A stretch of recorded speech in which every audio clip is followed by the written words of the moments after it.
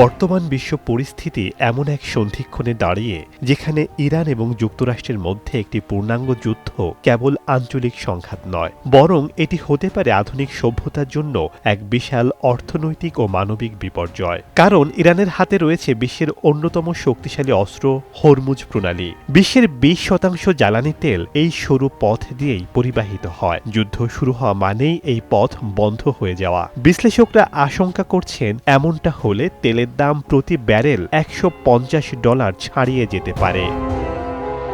জ্বালানি তেলের দাম বাড়লে পরিবহন খরচ বাড়বে এবং শেষ পর্যন্ত হু হু করে বাড়বে নিত্য প্রয়োজনীয় পণ্যের দাম। এছাড়া এই যুদ্ধ কেবল দুই দেশের মধ্যে সীমাবদ্ধ থাকবে না। ইরান তাদের অ্যাক্সিস অব রেজিস্ট্যান্স বা প্রক্সি নেটওয়ার্কগুলোকে সক্রিয় করে তুলবে। লেবানন, ইয়েমেন, ইরাক ও সিরিয়া সহ পুরো মধ্যপ্রাচ্য তখন এক আগ্নেয়গিরিতে পরিণত হবে। অন্যদিকে চীন এবং রাশিয়ার ভূমিকা নিয়ে বড় শঙ্কা রয়েছে। বর্তমান মেরুকরণের যুগে এই দেশগুলোকে কেবল দর্শক হয়ে বসে থাকবে, নাকি এটি একটি তৃতীয় বিশ্বযুদ্ধের প্রেক্ষাপট তৈরি করবে? মানবিক দিকটি হতে পারে আরও ভয়াবহ। যুদ্ধের কারণে কয়েক কোটি মানুষ বাস্তুচ্যুত হওয়ার আশঙ্কা রয়েছে। তৈরি হতে পারে বিংশ শতাব্দীর সবচেয়ে বড় শরণার্থী সংকট।